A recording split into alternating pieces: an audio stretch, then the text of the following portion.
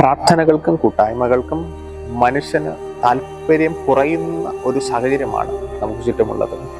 പലപ്പോഴും മനുഷ്യൻ ഈ ലോകത്തിൻ്റെ കാര്യാദികളിൽ, ഈ ലോകത്തിൻ്റെ ഉല്ലാസങ്ങളിൽ അകപ്പെട്ടുകൊണ്ട് അല്ലെങ്കിൽ അതിനെക്കുറിച്ച് ആഗ്രഹിച്ചുകൊണ്ട് മുന്നോട്ട് യാത്ര ചെയ്യുന്ന സാഹചര്യമുണ്ട്.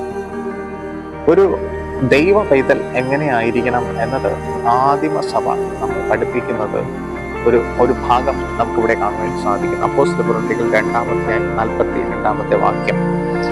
അവർ അപ്പോസ്തലന്മാരുടെ ഉപദേശം കേട്ട് കൂട്ടായ്മ ആചരിച്ചും അപ്പം മുറുക്കി പ്രാർത്ഥന കഴിച്ചും പോന്നു. അതൊരു മാതൃകയാണ്. അവർ അപ്പോസ്തലന്മാരുടെ ഉപദേശം കേട്ട് കൂട്ടായ്മ ആചരിച്ച് അപ്പം മുറുക്കി പ്രാർത്ഥന കഴിച്ചു പോന്നു. ഒരു ദൈവ പൈതലിന്റെ ജീവിതത്തിൽ ഈ ഘടകങ്ങളെല്ലാം ഉണ്ടായിരിക്കണം.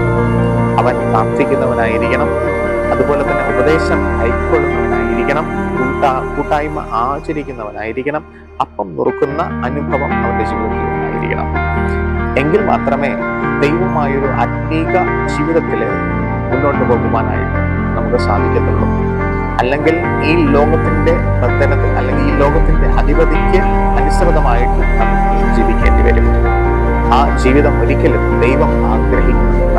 അതിനാൽ തന്നെ നാം പൂർണ്ണമായിട്ടും ദൈവത്തിന്റെ സന്നിധിയിൽ ആത്മീകമാർന്ന അനുഭവത്തിലൂടെ അപ്പം മുറുക്കി പ്രാർത്ഥന കഴിച്ച് കൂട്ടായ്മ ആചരിച്ച് മുന്നോട്ട് പോകുവാൻ ദൈവം നമ്മെ ഏവരെയും സഹായിക്കട്ടെ.